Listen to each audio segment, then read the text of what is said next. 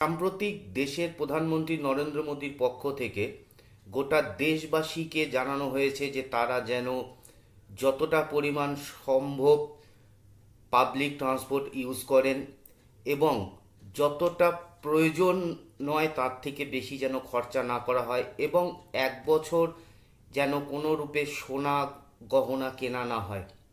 এই ঘোষণার পরেই আজ সোনা ও রূপোর আমদানির উপর 150% শুল্ক বসালো সরকার। এই শুল্ক চাপানোর মূল উদ্দেশ্যই হচ্ছে যাতে ভারত থেকে বৈদেশিক অর্থ যেন বাইরে না যায়। এবার দেখুন, আমরা সকলেই ভালো করেই জানি যে আমাদের দেশে প্রায় 80 থেকে 85% তেল বিদেশ থেকে আমদানি করতে হয় এবং এই বিদেশ থেকে যখন তেলগুলো আমদানি করা হয় সেই তেল আমদানি করতে ভারতের ডলার দিয়ে বা বৈদেশিক ভাণ্ডারের বৈদেশিক মুদ্রা দিয়ে সেইখান থেকে তেল আমদানি করতে হয়।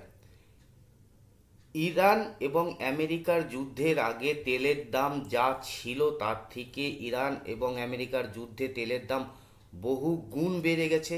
সেইখান থেকে দাঁড়িয়ে যে টাকা দিয়ে আমরা প্রথমে তেল আমদানি করতাম তার থেকে বহুগুণ বেশি মূল্য দিয়ে তেল আমদানি করতে হচ্ছে, যার ফলে বৈদেশিক ভাণ্ডারে চাপ পড়ছে এবং একইভাবে সোনাও আমাদের আমদানি করতে হয় বিদেশ থেকে। প্রায় 70 থেকে 80% সোনা আমরা বাইরে থেকে আমদানি করি, সেটাকেও আমদানি করতে বৈদেশিক মুদ্রা হিসাবে আমরা ডলারকে ব্যবহৃত করি।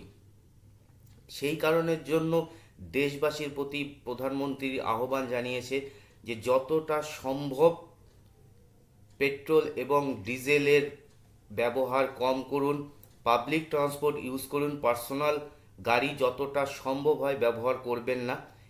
এবং সাথে তিনি এও নিদানও দিয়েছিলেন যে যতদূর সম্ভব হয় বিদেশ যাত্রা থেকেও আপনারা বিরত থাকুন।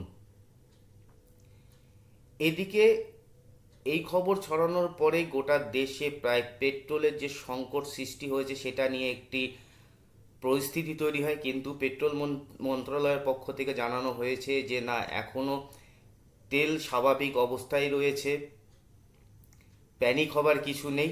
তারপরও গোটা বিশ্বে, শুধু আমাদের দেশে না, অলরেডি গোটা বিশ্বে আপনি ইউরোপ কান্ট্রি বলুন, বিভিন্ন জায়গাতে আজ থেকে প্রায় 1-2 মাস আগেই সেই সরকারের পক্ষ থেকে নিদান দেওয়া হয় যে আপনারা যতটা পারেন পাবলিক ট্রান্সপোর্ট ইউজ করুন, পার্সোনাল গাড়ি ইউজ করবেন না, এবং ওয়ার্ক ফ্রম হোম করারও নিদান দেওয়া হয়েছে।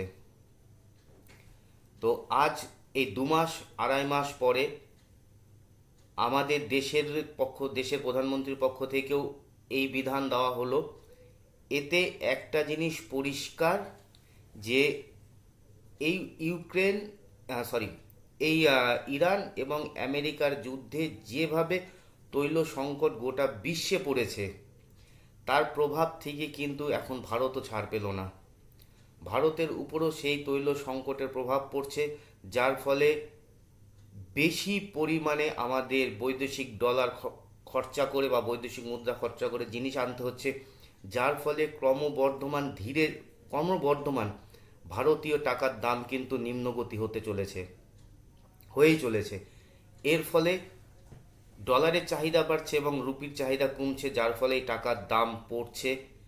সেই কারণের জন্যই প্রধানমন্ত্রীর পক্ষ থেকে জানানো হয়েছে বৈদেশিক মুদ্রা বা বৈদেশিক অর্থ ভাণ্ডারকে বাঁচানোর জন্যই দেশের মানুষের প্রতি এই আহ্বান দেওয়া হয়েছে এবং এই আহ্বানের প্রভাবও পড়েছে।